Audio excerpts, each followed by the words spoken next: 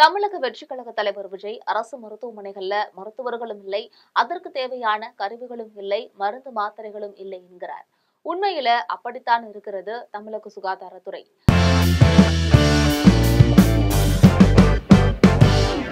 நம் நாட்டிலேயே வட மாநிலங்களோடு ஒப்பிடும்போது மிக சிறப்பான மருத்துவ கட்டமைப்புகளை கொண்டதுதான் தமிழகம். மெடிக்கல் டூரிசத்தில் உலகளாவிய பெருமை பெற்றது. ஆனால் இந்த சிறப்புகளுக்கும் பெருமைகளுக்கும் வேட்டு வைக்கும் விதமாக மாறிக்கொண்டு வருகிறது தமிழக சுகாதாரத்துறை. உதாரணமாக புதுக்கோட்டை ராணியார் அரசு மகப்பேறு மருத்துவமனையில தவறான சிகிச்சையால கர்ப்பிணி ஒருவர் உயிரிழந்த சம்பவம் தொடங்கி, கள்ளக்குறிச்சி அரசு மகப்பேறு மருத்துவமனையில சமீபத்துல பச்சிளம் குழந்தைகளை தரையில் படுக்க வைத்த அவலம் வரையில சுகாதாரத்துறையை சுற்றி சுழன்றடிக்கின்றன சர்ச்சைகள். திரும்பிய பக்கமெல்லாம் மருத்துவர், செவிலியர் பற்றாக்குறை, மருந்து தட்டுப்பாடு, கருவிகள் உபகரணங்கள் செயல்படாமை, நோயாளிகள் அலைக்கழிப்பு, சிறப்பு மருத்துவர்கள் பற்றாக்குறை, திறக்கப்படாத மருத்துவமனை கட்டிடங்கள், புதிதாக திறக்கப்பட்டும் செயல்பாட்டுக்கு வராத மருத்துவமனைகள், மோசமான உள்கட்டமைப்பு என சுகாதாரத்துறைக்குள் ஓராயிரம் குமுறல்களும் கொந்தளிப்புகளும் வரிசை கட்டுகின்றன. பிறப்பு தொடங்கி இறப்பு வரையில கோடிக்கணக்கான பொதுமக்கள் நம்பி இருக்கக்கூடிய இந்த துறைக்குள் பல்வேறு பிரச்சனைகள் நிலவுகின்றன. அதையெல்லாம் சரி செய்வதற்கு அமைச்சரோ அதிகாரிகளோ சுத்தமாக ஆர்வம் காட்டுவதாக தெரியவில்லை. மொத்தமாக சுகாதாரத்துறையே கோமாவில் கிடக்கிறது என கொதிக்கிறார்கள் துறையில் உள்ள சீனியர் மருத்துவர்களே. என்னதான் நடக்கிறது சுகாதாரத்துறையில்? தமிழகம் முழுக்க சேகரிக்கப்பட்ட தகவல்கள் நம்மை அதிர செய்துள்ளன.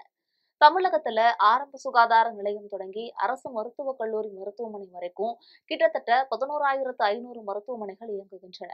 அடிப்படை கட்டமைப்பு விரிவாக அமைக்கப்பட்டிருந்தாலும் அந்த கட்டமைப்புக்கு உயிரூட்டி செயல்படுத்துவதற்கு போதிய மருத்துவ பணியாளர்கள் இல்லை என்பதுதான் குற்றச்சாட்டாக இருக்கிறது. கடலூரில் மாவட்ட அரசு தலைமை மருத்துவமனைக்கு நாள்தோறும் சுமார் 4,000 பேர் சிகிச்சைக்காக வருகிறார்கள். சுற்று வட்டாரத்தில் உள்ள நூற்றுக்கணக்கான கிராமங்களுக்கு இந்த தலைமை மருத்துவமனைகள் தான் ஒரே புகலிடம். அந்த மருத்துவமனையில இதயவியல், நரம்பியல், சிறுநீரகவியல் உள்ளிட்ட முக்கியமான துறைகளுக்கு சிறப்பு மருத்துவர்களே கிடையாது. இதனால திடீர் நெஞ்சுவலியால் சிகிச்சைக்கு வருபவர்களுக்கு உரிய சிகிச்சை அளிக்க முடிவதில்லை. பிரசவத்தின் போது நெஞ்சுவலி ஏற்படும் பெண்களையும் வேறு மருத்துவமனைகளுக்கு அனுப்பிவிடுகின்றனர். நரம்பியல் தொடர்பான நோயாளிகளுக்கும் இதே நிலைமைதான். கடலூர் அரசு மருத்துவக் கல்லூரி மருத்துவமனையிலும் இதேபோல தாண்டவமாடுகின்றன பிரச்சினைகள். கடந்த அதிமுக ஆட்சியில் காலாவதியாக நிலையில் இருந்தது சிதம்பரம் அண்ணாமலை பல்கலைக்கழகத்தின் ராஜா முத்தையா மருத்துவக் கல்லூரி. அதை அவசரமாக கைப்பற்றி கடலூர் அரசு மருத்துவக் கல்லூரியாக மாற்றினார்கள். அன்றிலிருந்தே பிரச்சினைதான். 1985 தொடங்கப்பட்ட இந்த மருத்துவக் கல்லூரியின் கட்டுமானங்களும் மருத்துவ உபகரணங்களும் மிக மிக அரத பழசானவை. அவற்றைதான் இன்று வரையில பயன்படுத்துகிறார்கள். மருந்து மாத்திரைகள் தொடங்கி மருத்துவர்களுக்கு தேவையான பொருள்கள் வரை அனைத்துக்கும் இங்கு தட்டுப்பாடுதான். மிகவும் அவசியமான பீடாடின் கிருமி நாசினி கூட சமயத்துல இங்கு இருக்காது. 270 மருத்துவர்கள் இருக்க வேண்டிய இடத்துல தற்போது 180 மருத்துவர்கள் மட்டுமே இருக்கிறார்கள். அறுவை சிகிச்சைக்கு தேவையான அனைத்து பொருள்களையும் மருத்துவர்கள் வாங்க வேண்டிய நிலைதான் இருக்கிறது. கள்ளக்குறிச்சி மாவட்டம் சிறுவங்களூரில் இருக்கக்கூடிய மருத்துவக் கல்லூரி 2022 தொடங்கப்பட்டது. அப்போதிலிருந்தே இதயவியல், நரம்பியல், சிறுநீரகவியல், இரைப்பையியல் போன்ற துறைகளுக்கு அங்கு மருத்துவர்கள் நியமிக்கப்படவில்லை. காய்ச்சல், வயிற்றுப்போக்கு உள்ளிட்ட சாதாரண நோய்களுக்கு மட்டுமே இங்கு சிகிச்சை அளிக்கப்படுகிறது. மற்ற அனைத்து பிரச்சனைகளுக்கும் முதலுதவி மட்டுமே கொடுத்து சேலம் முண்டியவாக்கம் அரசு மருத்துவமனைகளுக்கும் புதுச்சேரி ஜிப்மர் மருத்துவமனைக்கும் அனுப்பிவிடுகிறார்கள். வெறும் முதலுதவி மட்டும் கொடுப்பதற்கு எதற்கு ஒரு மருத்துவக் கல்லூரி? இந்த மருத்துவக் கல்லூரியில் சிடி ஸ்கேன் மெஷின் இல்லாமல் இருந்தது. அது பிரச்சனையாக வெடிக்கவும் மகப்பேறு மருத்துவமனையில் இருந்த சிடி ஸ்கேன் மெஷினை இங்கு மாற்றிவிட்டார்கள். இப்போது கர்ப்பிணிகள் 5 கிலோமீட்டர் தொலைவில் இருக்கக்கூடிய மருத்துவக் கல்லூரிக்கு சிடி ஸ்கேன் எடுத்து வருமாறு அலைக்கழிக்கப்படுகிறார்கள். வேலூர்ல 197.81 கோடி ரூபாய் செலவுல கட்டப்பட்ட அரசு பல்நோக்கு உயர் சிறப்பு மருத்துவமனையை சமீபத்தில் திறந்து வைத்தார் முதல்வர் ஸ்டாலின். அங்கு உள்கட்டமைப்பு பணிகளே முழுமையடையவில்லை, மருத்துவ உபகரணங்கள் எதுவும் வாங்கப்படவில்லை என எதிர்க்கட்சிகள் சர்ச்சை கிளப்ப அவசரமாக அந்த மருத்துவமனையில மகப்பேறு பிரிவை திறந்தனர். அதிலும் பல்வேறு சர்ச்சைகள் விடுகின்றன. மருத்துவமனையின் கீழ்த்தளத்துல பெண்களுக்கும் குழந்தைகளுக்குமான சிகிச்சை பிரிவை தொடங்கிவிட்டு மகப்பேறு பிரிவை தொடங்கிவிட்டதாக சொல்கிறார்கள். மீதமிருக்கும் 7 தளங்களிலும் இன்று வரை உள்கட்டுமான பணிகள் நடந்து கொண்டுதான் இருக்கின்றன. மருத்துவர்கள், செவிலியர்கள் முழுநேர பணிக்கு எடுக்கப்படவில்லை. மருத்துவ உபகரணங்களும் இல்லை. பின்பு எதற்காக இவ்வளவு அவசரமாக மருத்துவமனையை திறந்தார்கள் என்றே தெரியவில்லை. திருத்தணியிலும் இதே நிலைதான். 45 கோடி ரூபாய் மதிப்பீட்டில அரசு மாவட்ட தலைமை மருத்துவமனை கடந்த ஏப்ரல் 18ஆம் தேதி முதல்வரால திறக்கப்பட்டது. முழுநேர மருத்துவர்கள், செவிலியர்களை பணியமர்த்தக்கூடிய வேலை இன்று வரை அங்கு தொடங்கப்படவில்லை. மருத்துவ உபகரணங்கள், மருந்துகளையும் முழுமையாக கொள்முதல் செய்யவில்லை. திறக்கப்பட்டு 200 நாட்களை நெருங்கியும் கூட சரியாக செயல்படாமல் கிடப்பில்தான் கிடக்கிறது திருத்தணி அரசு மாவட்ட தலைமை மருத்துவமனை. திருப்பூர் மாவட்டத்தில காங்கேயம் அரசு மருத்துவமனை மாவட்ட தலைமை மருத்துவமனையாக 2022ல தரம் உயர்த்தப்பட்டது. இந்த மருத்துவமனையில 3 தளங்களில் ஸ்கேன், நவீன எக்ஸ்ரே, 3 அறுவை சிகிச்சை அரங்கங்கள், 70 படுக்கை கொண்ட புதிய கட்டடம் கட்டப்பட்டு 6 மாதங்களுக்கு மேலாகியும் இதுவரை திறக்கப்படவில்லை. பிரேத பரிசோதனை கூடத்தில் சடலங்களை வைப்பதற்காக 20 லட்சம் ரூபாயில வாங்கப்பட்ட குளிர்சாதன பெட்டி கடந்த 6 மாதங்களுக்கு மேலாக உபயோகப்படுத்தப்படாமல் கிடக்கிறது. 20 மருத்துவர்கள், 30 செவிலியர்கள், 20 தூய்மை பணியாளர்கள் இருக்க வேண்டிய இந்த மருத்துவமனையில 4 மருத்துவர்கள், 18 செவிலியர்கள், 10 தூய்மை பணியாளர்களே பணியாற்றுகின்றனர். இதனால முதலுதவி சிகிச்சை மட்டுமே இங்கு அளிக்கப்படுகிறது. உயர் சிகிச்சை வேண்டுமெனில் திருப்பூர் அரசு மருத்துவக் கல்லூரி மருத்துவமனைக்கு நோயாளிகள் அனுப்பி வைக்கப்படுகின்றனர். இதெல்லாம் சுகாதாரத்துறை உயரதிகாரிகளுக்கு தெரிகிறதா, இல்லை தெரிந்தும் அலட்சியத்தில் இருக்கிறார்களா என்பது தெரியவில்லை. கோவில்பட்டி சுற்றுவட்டார பகுதிகளில் 100க்கும் மேற்பட்ட தீப்பெட்டி ஆலைகளும் 50க்கும் மேற்பட்ட பட்டாசு ஆலைகளும் இருக்கின்றன.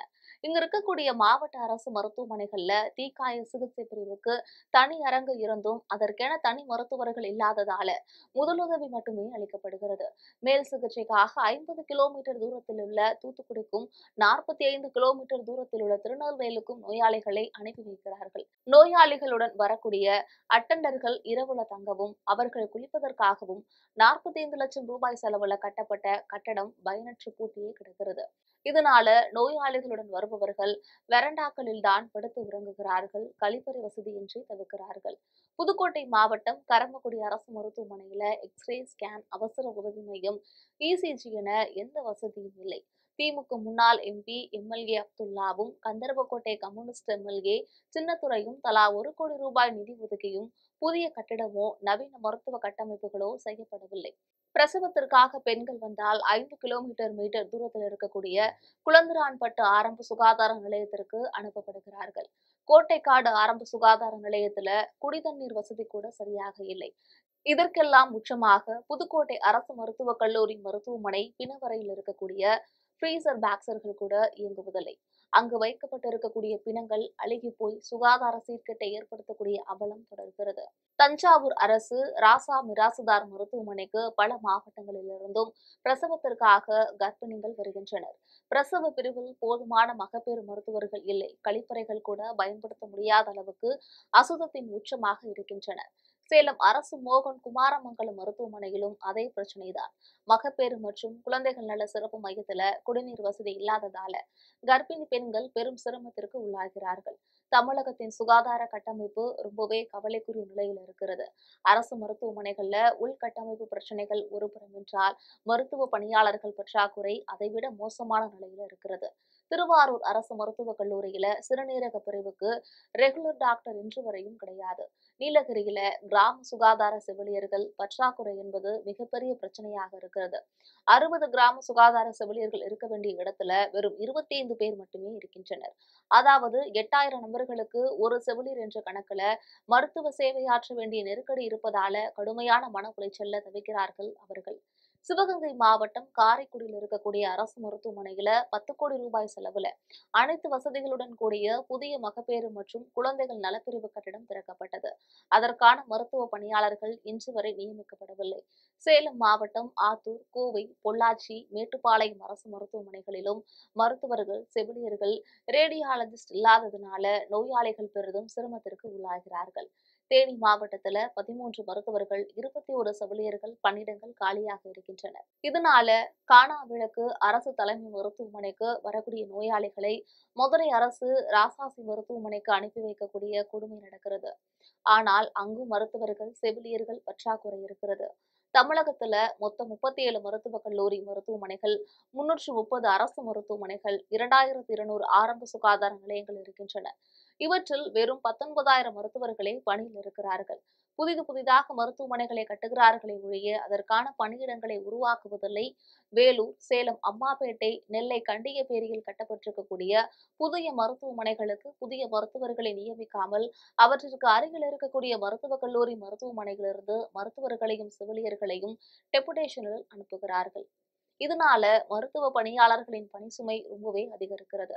சென்னை ராஜீவ்காந்தி அரசு மருத்துவமனைகள்ல வெளிநோயாளிகளின் எண்ணிக்கை 3 மடங்கு அதிகரித்திருக்கக்கூடிய நிலையில அங்கு புதிதாக எந்த மருத்துவ பணியிடமும் உயர்த்தப்படவில்லை. அதே நிலைதான் ஸ்டான்லியிலும் கிண்டி முதியோர் மருத்துவமனையிலும் இருக்கிறது. வேலூர் மருத்துவக் கல்லூரி மகப்பேறு துறையில 31 உதவி பேராசிரியர்கள் இருக்க வேண்டிய இடத்துல வெறும் 8 பேர் மட்டுமே இருக்கிறார்கள். மாதம் அங்கே 850 பிரசவங்கள் நடக்கின்றன.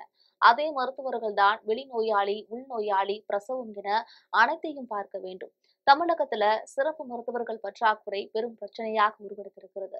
சரியாக சொல்ல வேண்டும் என்றால் 3000 மருத்துவர்கள் உட்பட செவிலியர்கள், மருத்துவ பணியாளர்கள் என சுமார் 10,000 பணியாளர்கள் பற்றாக்குறை தற்போது இருக்கிறது. தற்போது சுகாதாரத்துறை மட்டுமல்ல, மொத்த அரசு இயந்திரத்தையே சிதைத்திருக்கிறது இந்த விளம்பர மாடல் திமுக அரசு. மக்களை காக்க வேண்டிய துறையின் அமைச்சர் மா சுப்பிரமணியன் ஜாலியாக ரன்னிங் ஓடுவதையும் முதல்வருடன் வாக்கிங் போவதையும் தான் முழுநேர பணியாக வைத்திருக்கிறார். மருத்துவர்கள் பற்றாக்குறை அனைத்து மருத்துவமனைகளிலும் தலைவிரித்து ஆடுகிறது. பெரும்பாலான மருத்துவமனைகளில் சிறப்பு மருத்துவர்களே இல்லை.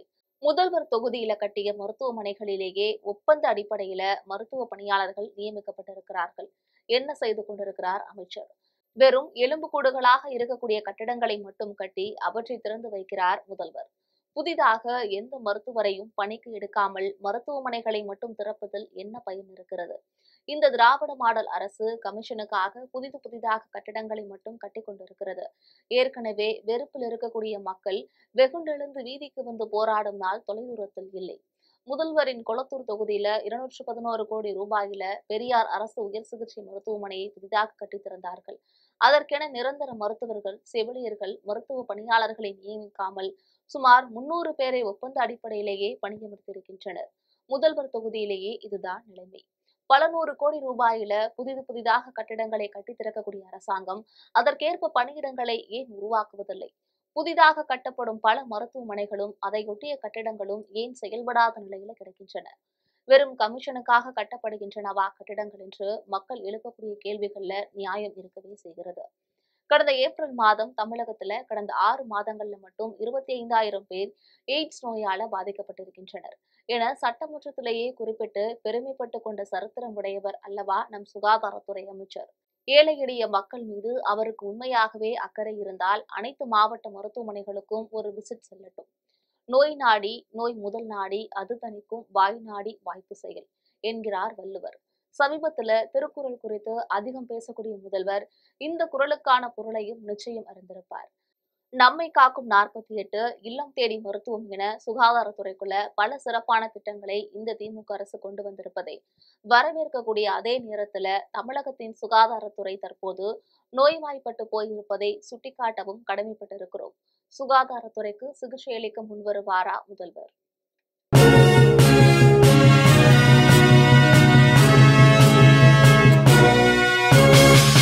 உடனுக்குடன் அப்டேட் தெரிந்து கொள்ள ஜெம் டிவி தமிழ் ஆப்பை இன்ஸ்டால் செய்யவும்.